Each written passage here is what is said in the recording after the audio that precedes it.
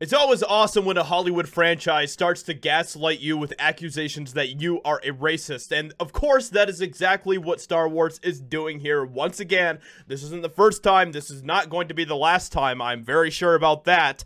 But Star Wars, as a franchise, is taking to Twitter to call fans racist. And as you can see right here, that is exactly what is going on. So Star Wars decided to post this just a little while ago, and they said, "We are proud to welcome Moses Ingram to the Star Wars family and excited for Reva's story to unfold. If anyone intends to make her feel in any way unwelcomed, we have only one thing to say: we resist." And as you can see here, you have the new star of the Obi-Wan Kenobi show.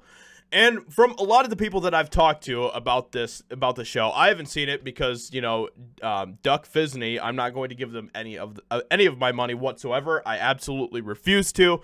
So I haven't seen the show, and I'm not going to be watching it. But from the people that I've talked to who have seen the show, they tell me pretty much all of their criticisms about Moses Ingram isn't about her necessarily. It's about the fact that she is playing a character that is very much starting to belittle and replace the Obi-Wan Kenobi character, the legacy character that is in the show, that they are starting to now replace and put down and everything else with this new character, and it's becoming more apparent that the show is actually more about her than it is about Obi-Wan Kenobi.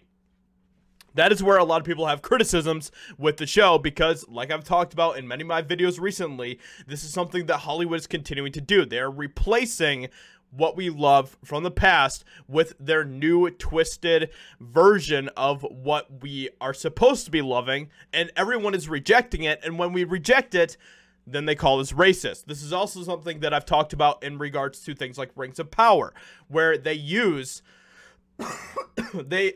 sorry, I'm still sick and recovering from Orlando, so you're gonna have to bear with me on that. But this is something that Rings of Power is doing, and this is exactly what Obi-Wan Kenobi is doing right now. They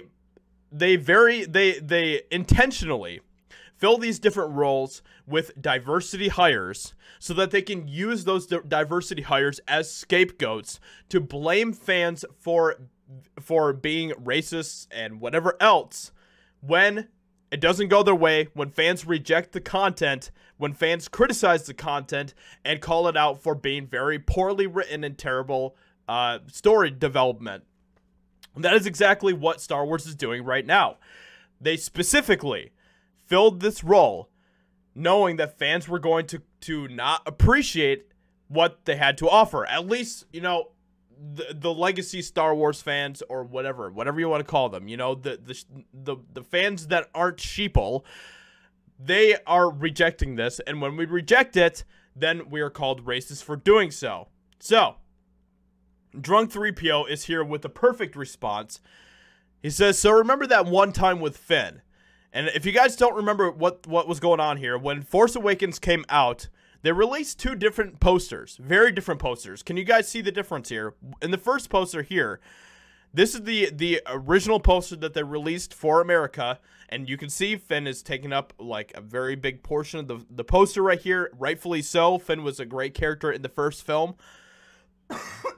And then, for their China release, they completely removed Finn.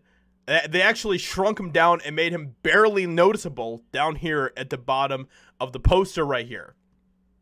And that is because China is pretty racist when it comes to, like, actually racist, and that is why they had to shrink him down so that they could release this in China. But where's all of their brave inclusion and diversity when it comes to that? So this just goes to show that all of this is just BS. It's all for virtue signaling nonsense, but it's also to use diversity hires as scapegoats. That's what it's all about. They just continue to use diverse people as tools. That's all they do. That is all they do. They will use anybody in any way that they can in order to gain more power, to push an agenda, to do whatever they need to in order to continue to crush anybody who resists them. So that is exactly what they are continuing to do. That is what Star Wars is on the warpath with right now. But it got even worse. So, as you can see here, a couple days ago, they released this. Calling all members of the Resistance, Billy Lord and Kelly Marie Tran, are taking the stage now. Tune in to Star Wars Celebration Live to watch. And then someone replied and said, respectfully, no one likes either of them. And then Star Wars. The Twitter page with over 5.8 million followers responded and said, respectfully, L ratio. This is how they treat their fans. They responded to someone with 24 followers. This is what Star Wars is now. It's about, you know, shitting on fans, calling fans racist, hating their very audience, that Star Wars wouldn't even be a thing today if it wasn't for these fans. Which is why we need to continue to reject Hollywood, which is why I also should make a quick plea about this, because this is something that's very important to me. Go check out Epicverse Studios. It is on Twitter. You can go follow us over there. We aren't going to call fans racists. We aren't going to, you know, try to ratio you because of opinions that you have. We respect your opinions when it comes to the content that we put out. We respect your opinions when it comes to our stories that we are going to be releasing to you very soon in the form of movies and shows and everything else.